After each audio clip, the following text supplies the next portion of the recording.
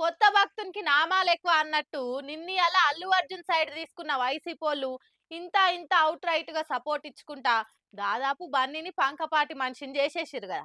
కార్యకర్తలు పంకపాటి ఫ్యాన్సే కాదు, మాజీ మంత్రులు కూడా ఇట్లనే ఓపెన్ గా ఎలివేషన్లు ఇవ్వట్టిరు.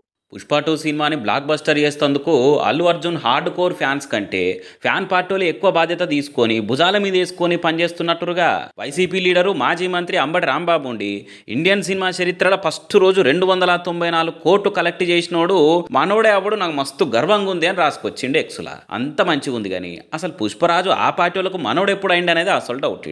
రిలీజ్ కు వారం ముందేమో మీడియా ముంగట్టుకొచ్చి అల్లు అర్జున్ ఇంతగానం ఎదిగిపోతుంటే మీ కళ్ళు కడుపు మండిపోతున్నాయి, అప్పట్లో జూనియర్ ఎన్టీఆర్ను కూడా ఇట్లనే తొక్కేద్దామని చూసిర్రు కానీ ఎవ్వలేం చేయలేకపోయారు. ఇప్పుడు బనీని కూడా ఏం పీకలేరు అనుకుంటా పీకల దాకా ఆవేశంతో పీకేకి ఇటు చంద్రబాబుకి కౌంటర్ గా మాట్లాడిండు. ఇప్పుడేమో ఏకంగా మనోడే అనుకుంటా ఓన్ చేసుకొని పోస్టులే పట్టిండు. ఓ దిక్కు వైసీపీ కార్యకర్తలేమో మా కోసం నువ్వు వచ్చినావు, నీ కోసం మేము వస్తాం అనుకుంటా టాకీస్ల కాడ ఫ్లెక్సీలు కట్టి ఒకప్పటి మెగా అభిమానుల కంటే ఎక్కువ అభిమానం చూయించుకుంటా టికెట్లు దింపబట్టిరు. ఇంకో దిక్కు అంబటి అసొంటి లీడర్లేమో మనోడే అనుకుంటా మాట్లాడబట్టిరు. మొత్తానికి అన్ని కలిపి చూస్తుంటే బాజాబ్తో అల్లు అర్జున్ వైసీపీ మనిషిని చేసేసినట్టే కొడుతున్నది. ఏదో సోపతిలో నంద్యాలపై పంకపాటి క్యాండిడేట్ శిల్పరవికి మద్దతు ఇచ్చి మందిలో చెయ్యి పోచ్చినందుకు ఇప్పుడు ఏకంగా ఫ్యాన్ పార్టీ లీడర్ అన్నట్టే జగనన్నకు జర దగ్గర సుట్టమే అన్నట్టే మార్చేసిరుగా.